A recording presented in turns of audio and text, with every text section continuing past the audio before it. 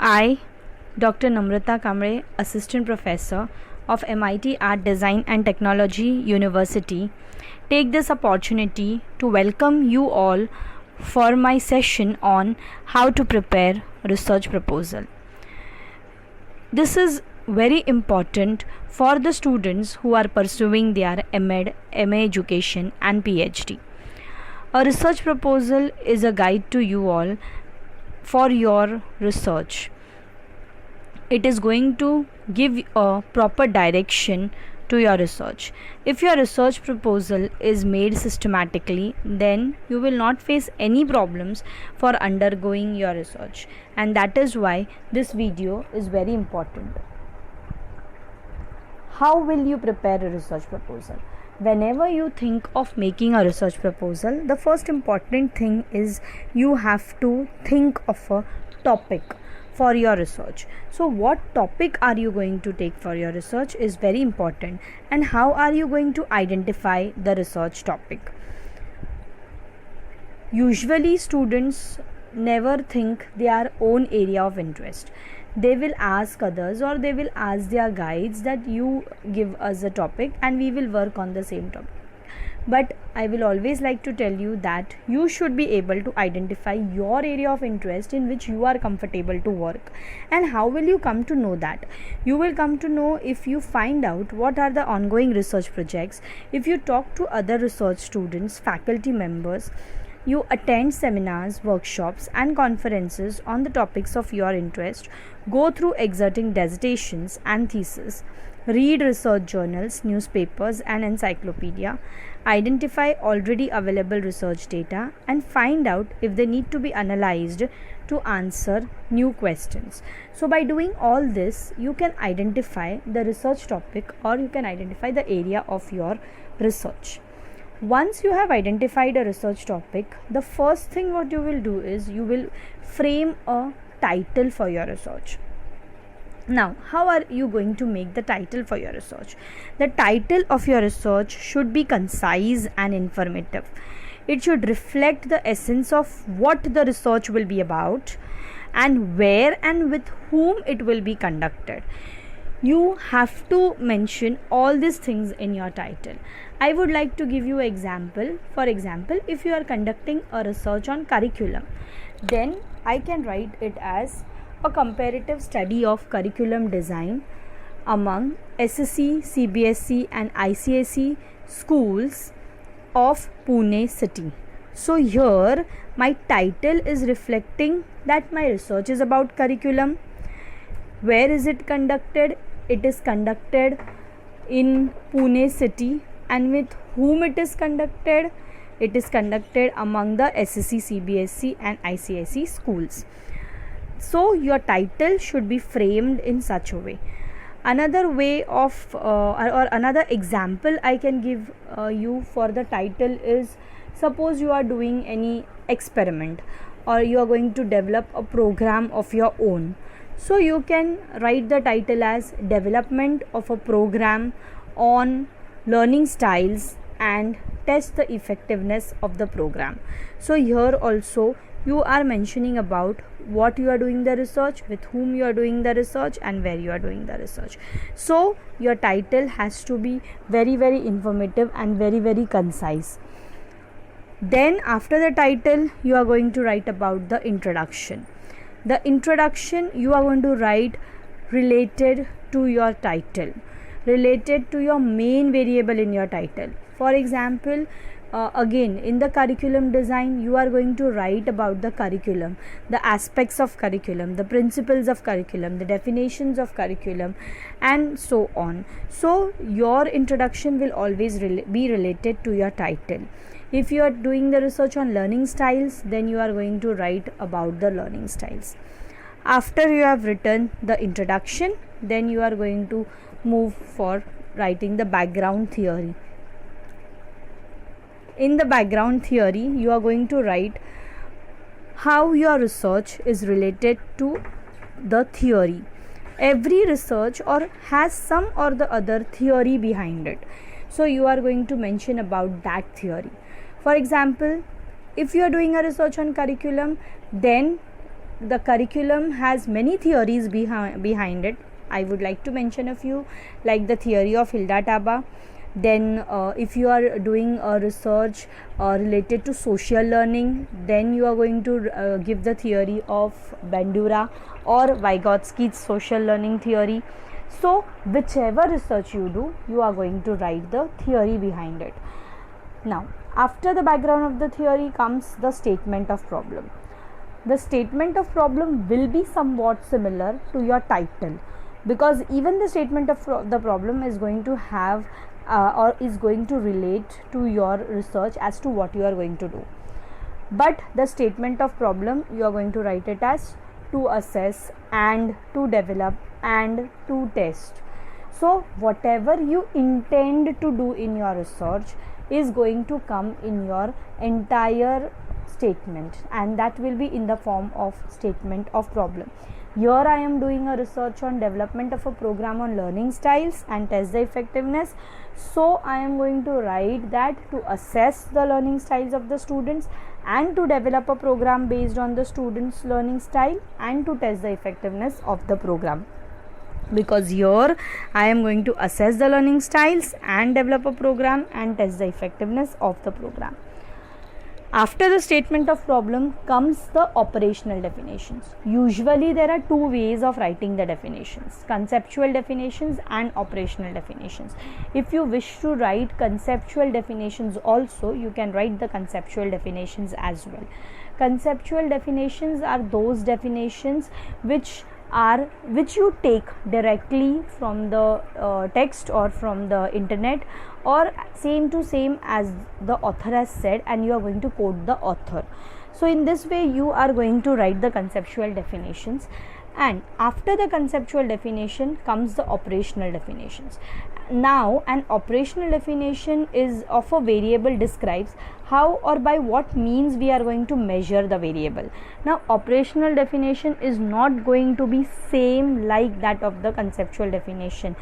Operational definition is basically how you are going to measure that variable in your research. What you are going to do exactly in your research will come in your operational definition. Here my learning style is the way in which a learner prefers to learn. In my research, the learning style program is going to consist of lessons taught to the students, in which the teaching method will involve the audio, visual and the kinesthetic way. The students will make use of these styles to learn the content which is taught by the teachers. And effectiveness here is the difference in the achievement of the pre-test and post-test scores of the students after the program is implemented. So again I tell you that many students make mistakes when they are writing the operational definition. So when you are writing the operational definition, please bear in mind that you are going to mention exactly what you are going to do in your research. It is not what is there in the book, but how you are going to measure that variable in your research. Now you must be thinking why ma'am has listed these words like learning style, effectiveness, learning style program. What are these words? Operational definition, conceptual definitions will come from your title. It will be of the terms which are there in your title. So you are going to write the definitions of those terms. After the operational definitions, you are going to mention about the need and importance of the study, why you felt the need to do the study, and how your study is important. These two things you are going to mention. Then comes the objectives of the study. Now objectives is basically what do you want to do in your research, till where you want to do your research. So that you will write as step by step in the form of objective. For example, again the same thing, same example which I gave of curriculum design. Curriculum design is basically the curricular and the co-curricular activities together. So I may say that in my research I want to assess the curricular activities among the SSC, CBSC, ICSE schools of Pune city.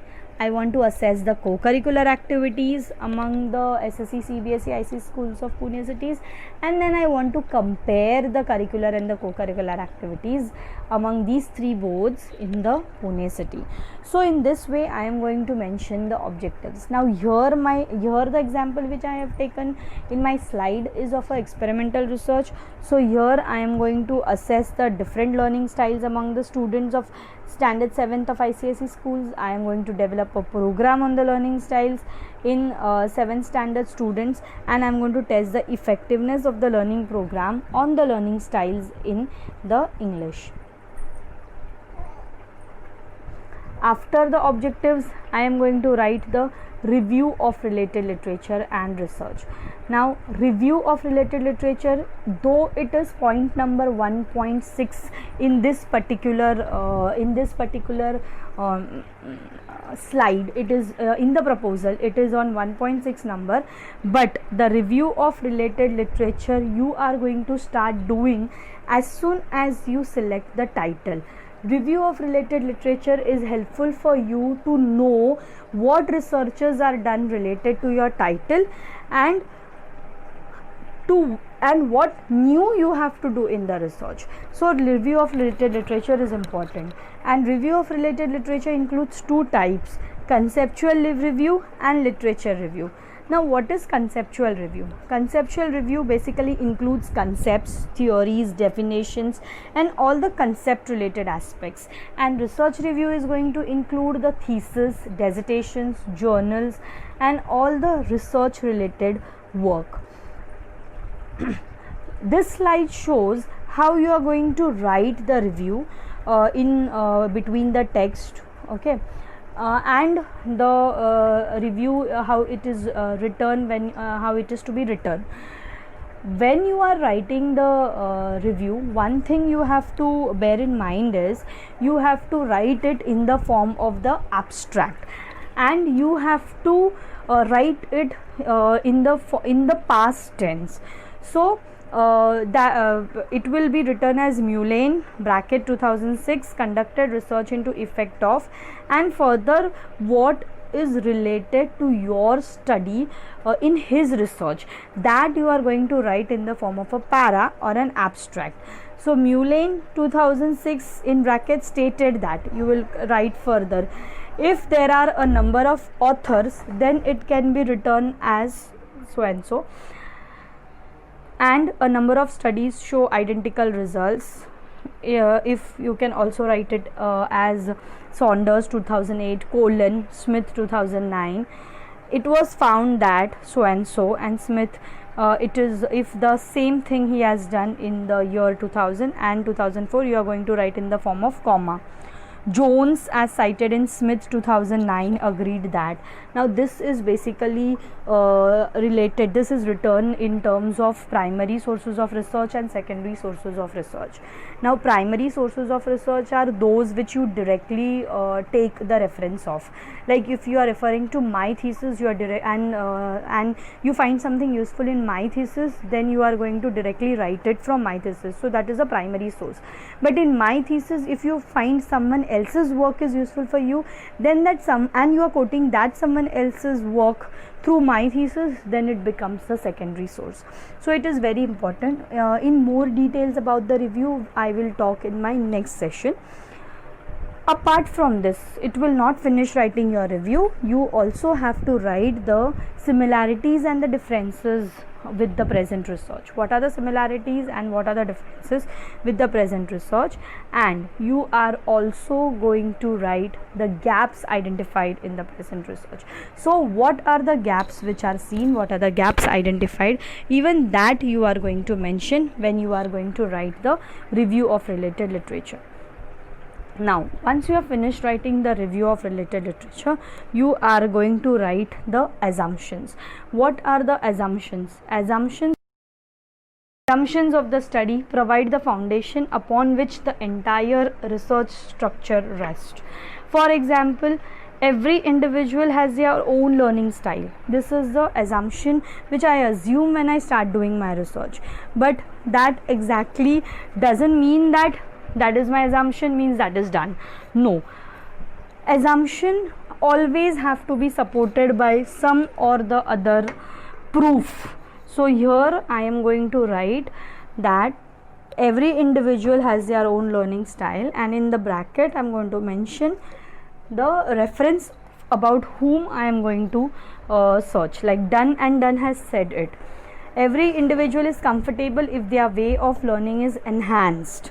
In bracket, Howard 1983 has said that, and that's why I have quoted it. So assumption you cannot write just because you have assumed that this is what is my assumption. No, assumption is what you are going to assume, but that assumption has got some or the other proof related to the research or related to somebody else's literature. Hypothesis. You all know what are hypotheses. They are the tentative answers to why and sometimes how research questions. Hypotheses again are of two types: research hypothesis and null hypothesis.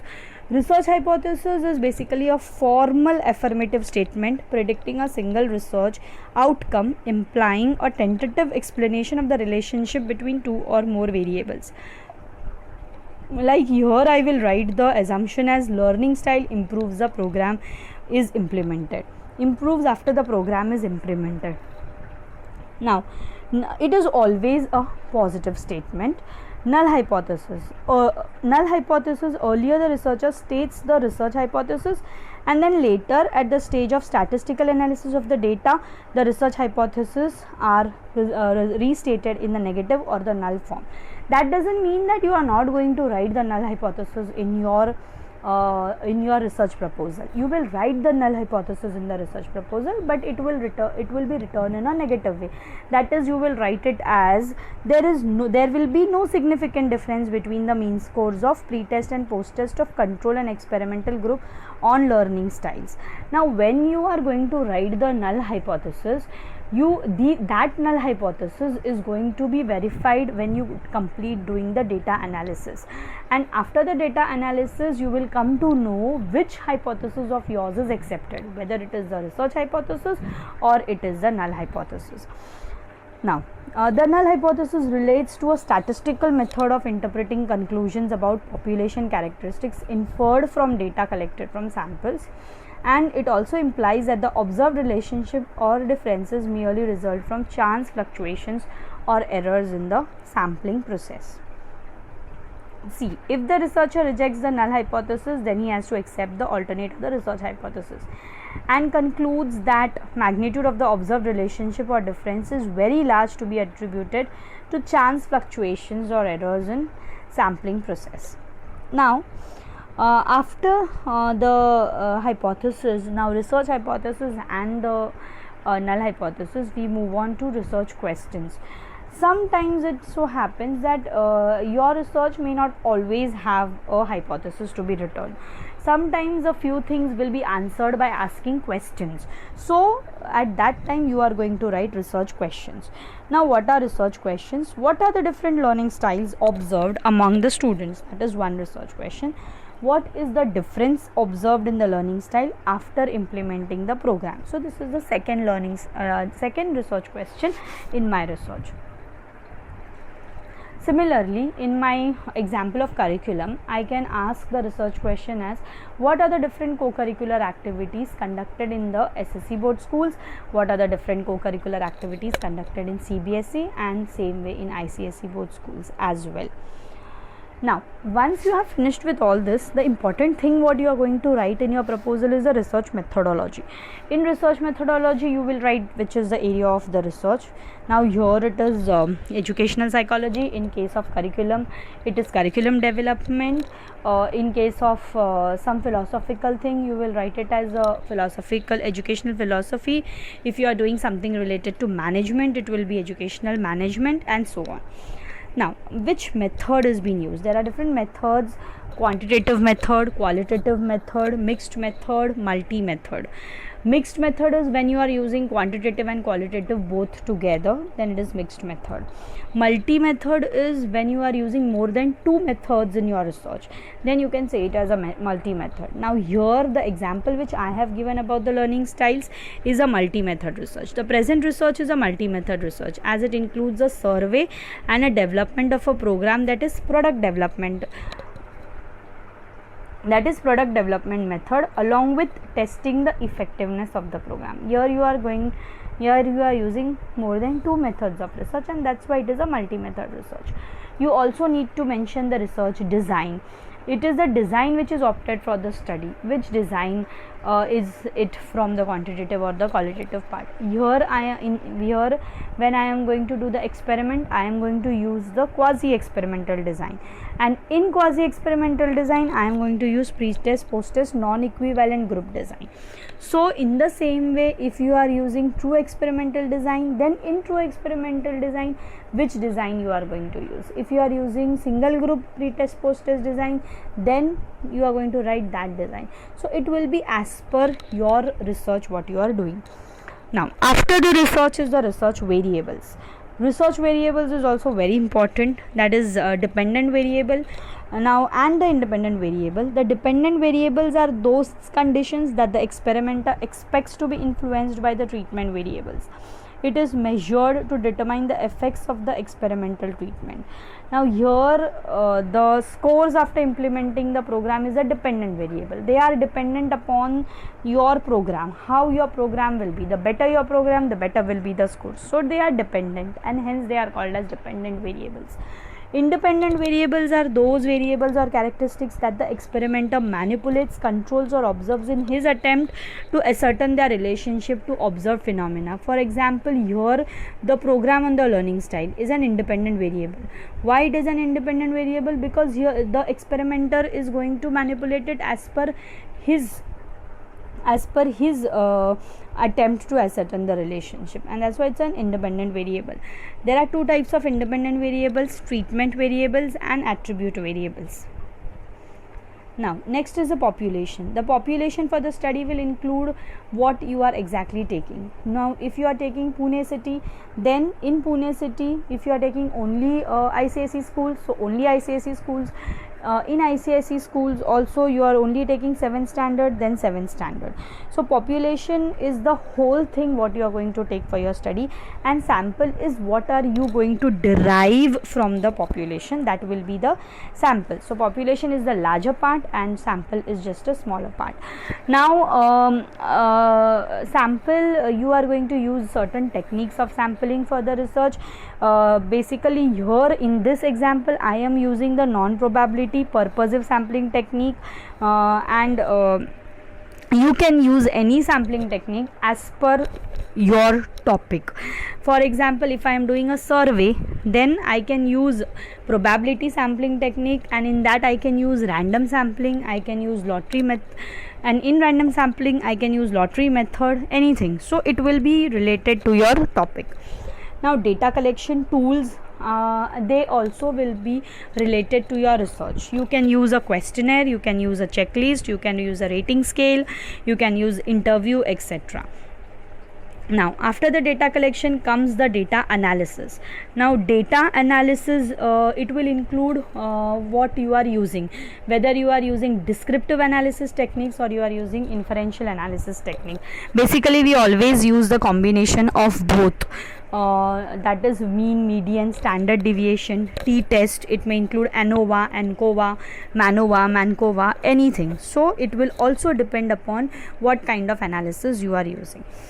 Now scope of the study. The scope is basically the scope will be the scope related to the subject, the scope related to the geographical area, the scope related to the city.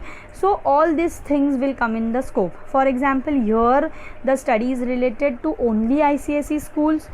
The study focuses on English medium schools in Pune city only. So my scope is related to the ICSE schools and to the English medium schools, and my geographical area over here is Pune city. Now, delimitations includes till where are you delimiting your study. Here I am delimiting my study to only one standard, that is standard 7th. I am delimiting my study to only one ICSE school and to only English subject. So here also it will be up to you to where you are delimiting your study. Now, limitations is those which automatically come in your research. The program which will be developed, it will be developed by the researcher, so it is a limitation for you. The level of motivation, attention span of students, interest in the subject area, all that is not under the control of the researcher, so again that is a limitation for you. The analysis also would depend upon the responses given by the students, that is also the fact, because you cannot control the responses of the students, that is again a limitation in your research. So all these things which come as a limitation in your research, which you feel they are the limitation on your research, will come under the limitations. Significance of the study, why your study is important, what is the significance of your study. Then you are going to write possible knowledge contributions of your study. You are going to make chapters, chapterization, chapter 1, 2, 3, 4, 5, and the time schedule. Time schedule is very important for you because you are going to complete your research in a period of 2 years. So you are going to write there that how many months you are taking for proposal, how much time for review, how much time for chapter 3, chapter 4, chapter 5, and how much time you will take for your data collection and writing of the thesis. So in this way you are going to write your research proposal with all these points what I have mentioned to you. Thank you very much.